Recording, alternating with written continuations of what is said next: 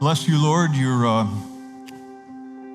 life. We delight in it. Would you just give us time with you? Give us yourself. Bless you, Lord. Amen. There's so many things fluid in the world these days. I talk too much about it, I know. I look at the world, you wonder where are we headed and all the rest. So it's always in my mind. Stuff big, stuff small, stuff local, stuff in churches. So I stumbled the other day on this little book. It's called 7 Days on the Roads of France. And what it was this brilliant Russian Orthodox theologian whose family was kicked out of Russia in 1922. So like so many, they went to Paris. And he was in Paris and he studied at the Sorbonne and all this stuff. I mean, this guy is like crazy brilliant. And when then World War II was beginning and when it became obvious that the Germans were going to take Paris, he, with many others, fled the city. First, he sent his wife and children ahead to way down in the south of France to some friends. He stayed longer, and then around 40 years old, he began to try to get into the army. But everywhere he went, there was so much chaos, they didn't have time to talk to a 40-year-old about joining the army. You got to remember in 1940, 40 was the old, not the new 20 or whatever it is these days, right? And they're looking at him, they're like, really, guy? I don't know, right? They don't have time for that. We're crazy. We're evacuating people, all the rest. So he literally walks and hitches onto cars and trucks of people trying to make it out. And for 7 days, he tries to find a town where they will admit him into the army. And every one of them's too crazy evacuating. He finally gives up and goes to be with his family where they are. I don't know, I just hit me. So I read this, started reading it. Here's what he says early on when he's just leaving France. He's separated from his family, sent them off. He could have gone with them as an intellectual, as an international, as a gentleman who's a little older. He could have, but he said, no, I want to do something. He says, but there was another problem too. He said, spiritual this time, one which sought to superimpose itself on top of the war of equipment argument, something that was going on, to infuse into it an artificial soul. This was the ideology of a holy war, a crusade. It came in several varieties: the struggle for democracy, for freedom, for human dignity, for Western culture, for Christian civilization, even for divine justice itself. Such words rang false, like all abstractions. They rang false above all, since they sought to present as absolutes concepts and values that are secondary, relative. For even Christian civilization, as a civilization, is simply a byproduct, the fruition or external manifestation of a reality that really is absolute, namely the faith of Christian people.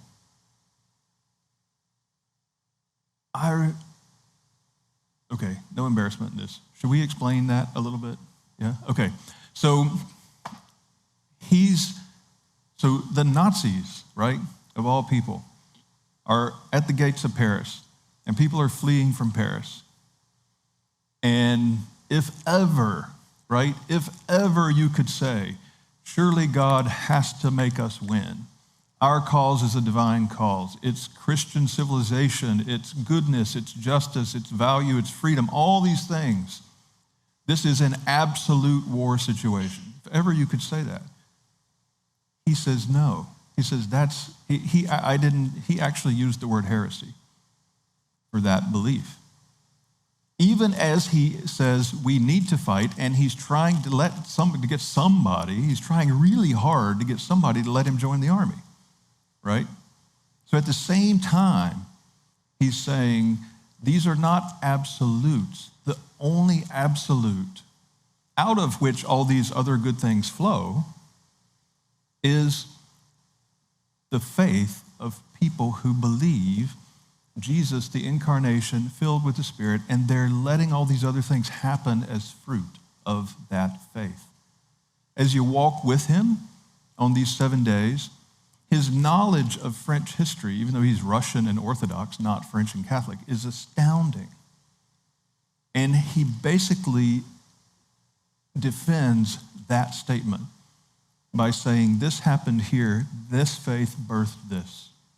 The faith of people in this region that I'm passing through now birthed this. When that flips, there are major problems. When it flips, and we're just trying to keep the effect and not focus on the root, things get messed up. Many of you have told me ways in your own lives that the culture war has caused things to get flipped. And some of the things you've been taught in church have really hurt you or just messed up your perspective of who God is. I found his example to be astounding given the moment. He's already been kicked out of one country. He's already lost a great deal in life. And I found my heart, two things. One of them, just yearning for that reset in my own self that he has experienced, that he's holding on to. Keep it at the root. The other thing I found myself was grateful for Trinity, our commitment to a fresh experience of the living Jesus.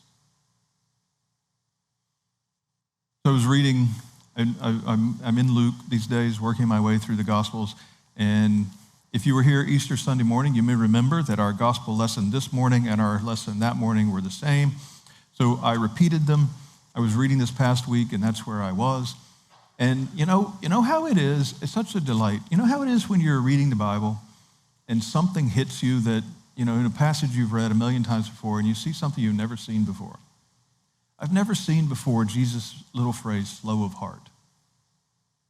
Completely unique in the Gospels to that moment.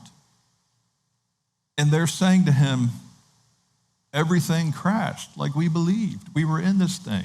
And then it all crashed and it burned, and we don't know what to do. And you can see Jesus in his loving, gentle kind of way pulling out his hair, right? He's like, guys, we just won, right? He's like, this is not the moment to be saying, oh my goodness. This is the moment to be saying, oh my goodness, wow, right? And he says, you're so slow of heart, so don't be slow of heart to believe. And he says, all that the prophets taught, that the Christ must suffer and die. God knows the depths of the mess. God knows the depths of the mess at all levels. Personal, individual, relationship structures, communities, political, international, all of it. He knows. He worked a very long story that involved pain in all of those levels to get to the place that he would incarnate himself in the right time, in the person of Jesus, who would then surprise everybody and be different from what anyone expected and would seemingly have lost pathetically and would come to nothing, and yet here we are. And not only us, but people all over the world, in every tribe and language and group and nation, giving honor to that one who, if he had not have risen from the dead, would not have been remembered by history. All of that. It's a backwater in the Roman Empire. Jesus doesn't rise from the dead. It is a blip on the proverbial screen, and you never, ever would have heard of him. No one except absolute, minute, detailed historians of that world would have ever heard of him. And here we are. So in this Eastertide, we've been saying that Jesus' resurrection life, that he knew that long story that God was working, that he knew that he must suffer and die, that he knew that he would be raised to new life, and that all of that shaped his his persona, his joy, his joie de vivre, his with itness, right? His authority, all of that was empowered and colored and infused with the resurrection life that he would live. And he taught us in a manner such that if we follow what he taught us, we too will find that we need that resurrection life. If nothing else, we need it. But we also might just find we get infused with it, and we live that. So we spent the first 3 Sundays of Eastertide, after Easter Sunday proper, we spent that walking in part of the Our Father and talking about how Jesus was teaching us to live resurrection today. Last week, we shifted to Psalm 23, which we said is a source for the Our Father, and that Jesus himself identifies himself as the shepherd. The Lord is my shepherd. Jesus identifies himself as the shepherd. And when we, the church, believe and are not slow of heart, and when we walk with the good shepherd, and when we love and care for each other and others in the world, in the way of the good shepherd, then things grow and beautiful, good things happen, and a lot of things get naturally, as it were, sorted out that otherwise could land in a lot of trouble. So, if you weren't here, quick thing from last week. Last week we started out in Psalm 23. And I don't think we said last week, so let's be sure to get it today. When you read Psalm 23, one of the great ways to pay attention to what's happening is to pay attention to the pronouns. The Lord is my shepherd, I shall not want, right? Why not? This is what we did last week. Because he does this stuff, right? It's good. It's really good. I'm not going to be in want because he does this stuff. It's like I'm observing what he does, right? So he leads me to green pastures. He leads me to quiet waters. He restores my soul. You may have noticed last week in your rapt attention and brilliant mind, you may have noticed that we didn't get the last of the he's. We didn't touch. He leads me in paths of righteousness for his name's sake, right? It's the transition. Even though it's a he, it's a transition line. So we saved it for this week. I just want to take a minute, just give me 30 seconds to redeem the word righteousness. Righteousness does not mean uptightness. It does not mean uptight over-religiousness. Righteousness means goodness. It's a good and beautiful. It's things being put to rights, if you're British. That's righteousness. Things being put to rights. It's justice. It's mercy. It's the way things should be. So he leads me in paths of these good things. And that is something that brings honor to his name. So that both sums up the he part and begins to look out, right? He restores my soul inside me, and he leads me on paths of righteousness. So it transitions us out a bit. Okay, follow the pronouns. Here's how we know we're making a new section. Even if so the Lord is my shepherd, I shall not want. Even if so it's back to me, right? Talking about this. It's a poem. You interact with poems in different ways than you do letters or teachings or whatever, logical stuff. So even if I walk even in the valley of the shadow of death, even if my circumstances become as bad as they possibly could become, right? I love it. He just like, let's just start at the worst and get everything under the umbrella. Even if I walk through the valley of the shadow of death, I'm going to be okay. Why? What's the next pronoun? What is it? You. No longer he. When I'm walking through the valley of the shadow of death, it's no longer saying he'll take care of me. It's saying you are with me. You are with me. And that's a different level of intimacy. You are with me. Jesus' last words in Matthew after his resurrection, I am with you always, even to the end of the age. You are with me. Your rod and your staff, they comfort me.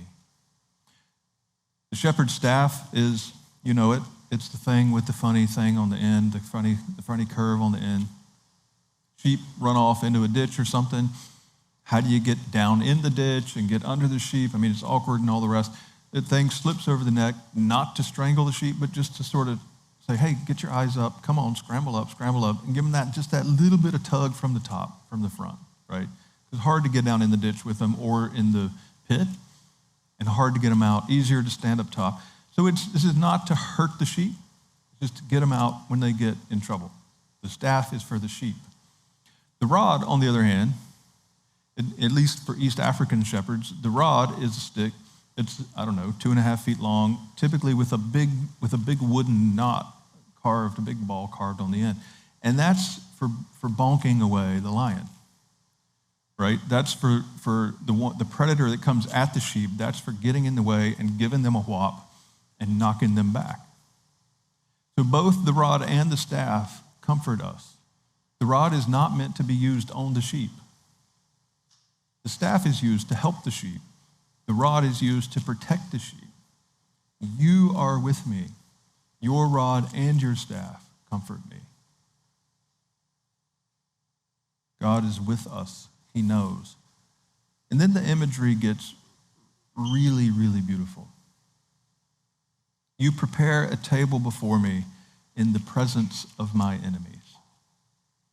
We still feel this. We get this. In traditional cultures, this is the ultimate.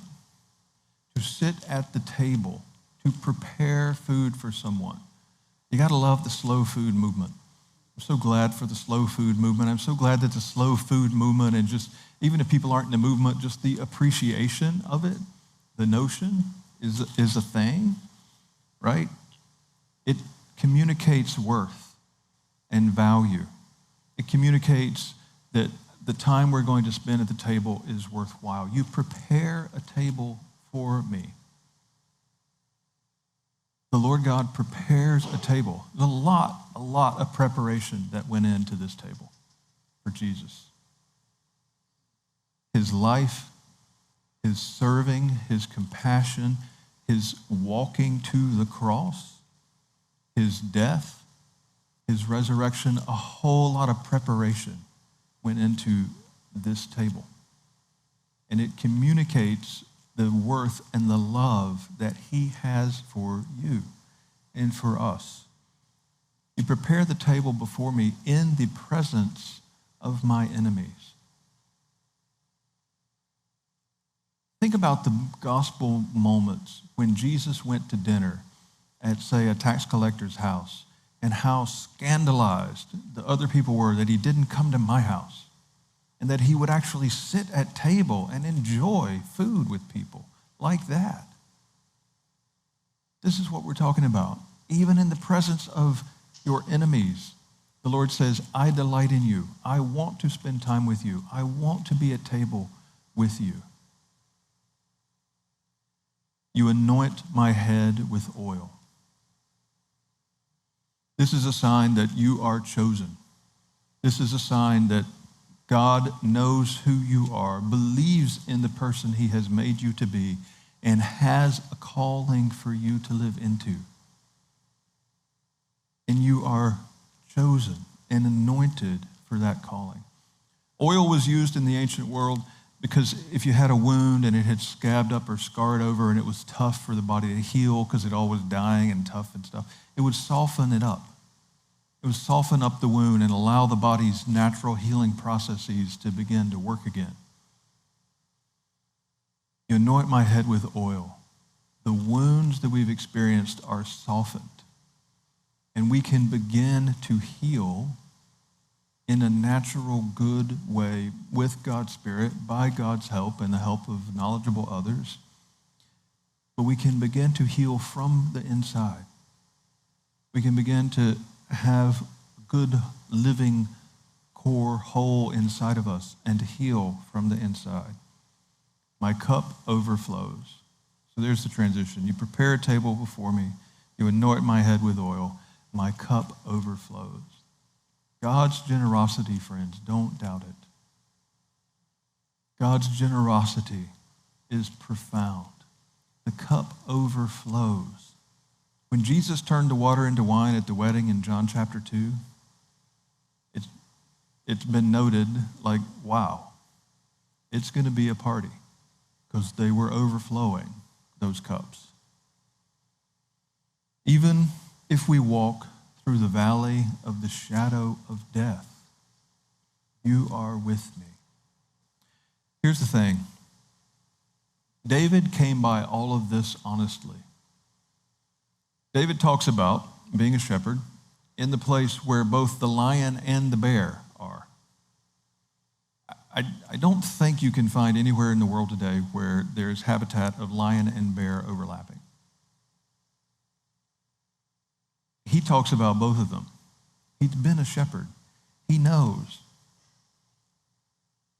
God told his people when he got them into the promised land, he said, I don't want you to suffer a king because it doesn't go well. They said, no, everybody else has a king and they're big and powerful and we're small and not. So we'd like to have a king like everybody else has a king. And God says to them, you really don't, trust me. You don't want one, trust me. He says he'll take your sons to fight his wars. He'll take from your crops to build his castle and, blah, blah, blah. And they say, no, we need a king. They're all big and powerful. We're scared. We're small. We're decentralized. You got us doing this judges thing. We want a king. So finally God relents. He says, okay, fine. You can have a king. But you're going to have a king like you said you wanted, which is like all the nations around you have a king. There are moments of dark irony in the Old Testament when God says, fine, okay then, you want it, you can have it. And that happens. Why is Saul chosen as the king? Because he's what? Big and bad, right? It's in the narrative. Because he stood shoulder above the rest of them. Nothing wrong with being tall. It just wasn't the right variable in the moment.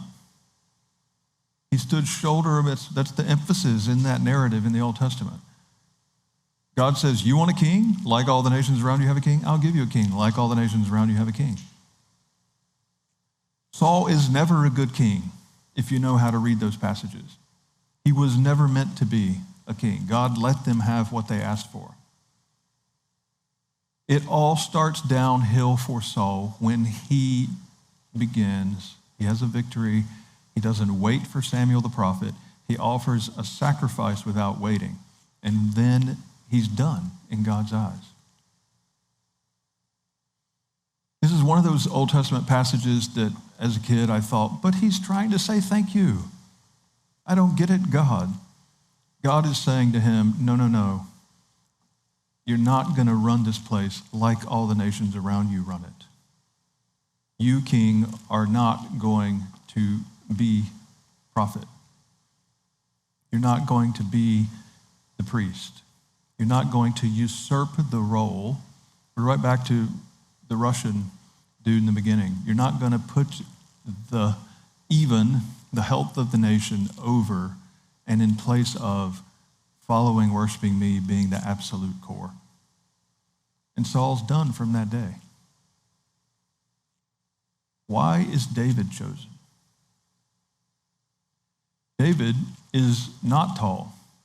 He's the least of his brothers from the least of the tribes. I mean, it's almost ridiculous how they go out of their way in the narrative to make it look like, go get the least of the least of the least of the least. And there he is.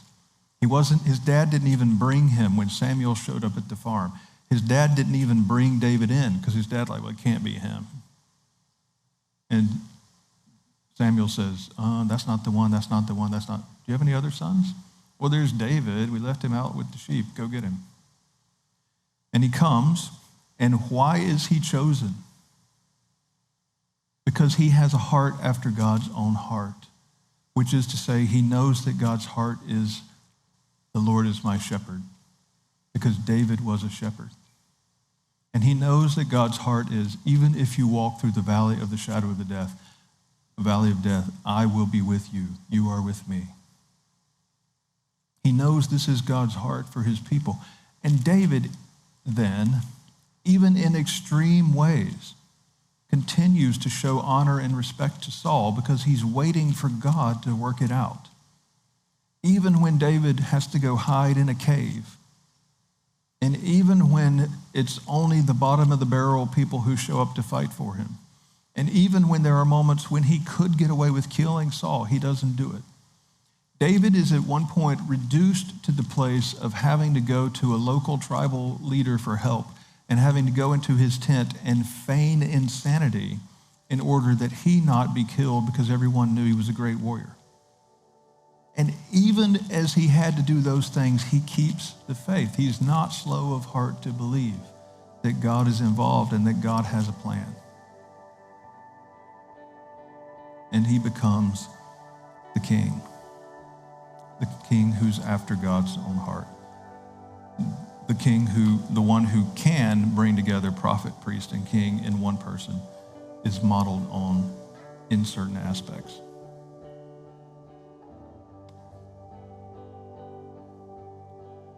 Let's pray, friends. Just take a moment. I invite you to spend a little time in this 6th Sunday of Easter. We have one more Sunday of Easter, so just take a moment, enjoy this icon. Let it speak to you. Let Jesus' life radiate out to you. Just let him meet you